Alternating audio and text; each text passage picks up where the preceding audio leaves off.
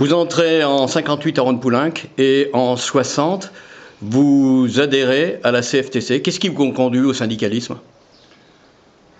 J'avais autour de moi plusieurs personnes qui, de façon assez régulière, m'apportaient des informations écrites ou par discussion sur l'entreprise, sur les mouvements qui avaient pu être déjà déclenchés et que je n'avais pas suivi, étant très jeune embauché.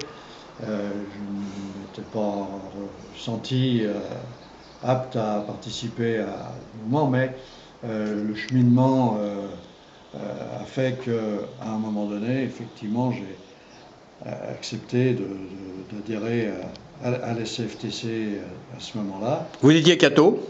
Non, pas du tout. Non. Alors qu'est-ce qui vous conduit à la CFTC? Pourquoi?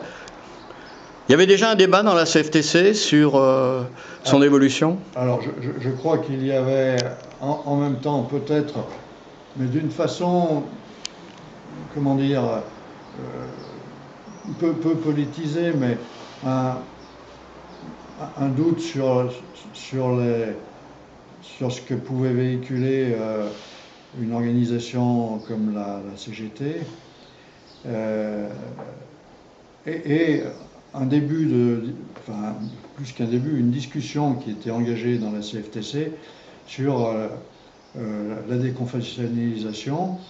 Je pense que si ça n'avait pas été le cas, je n'aurais pas adhéré à cette organisation. Une CFTC qui était quand même très minoritaire dans un terroir très marqué par la CGT, vous venez de le dire, et le Parti communiste. Oui, extrêmement. Le militant qui a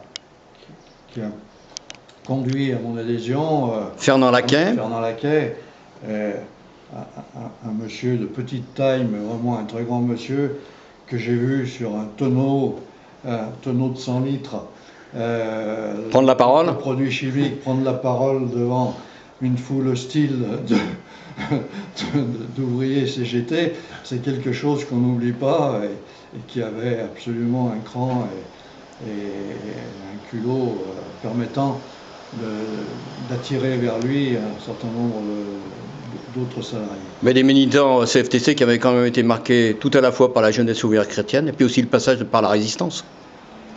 Oui, enfin, la guerre, quoi. Par la guerre, et puis j'ai découvert que ce militant m'a avoué un jour avoir été porteur de valise, entre guillemets.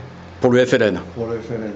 Donc voilà, un engagement qui est large et très intense, très important.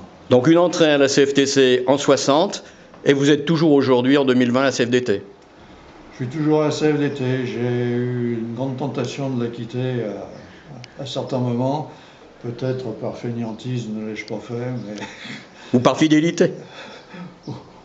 Ou par fidélité, parce que je pense vraiment que le parcours personnel et professionnel que j'ai eu, je le dois en grande partie à l'adhésion à la CFDT, au parcours que j'ai fait dans cette organisation.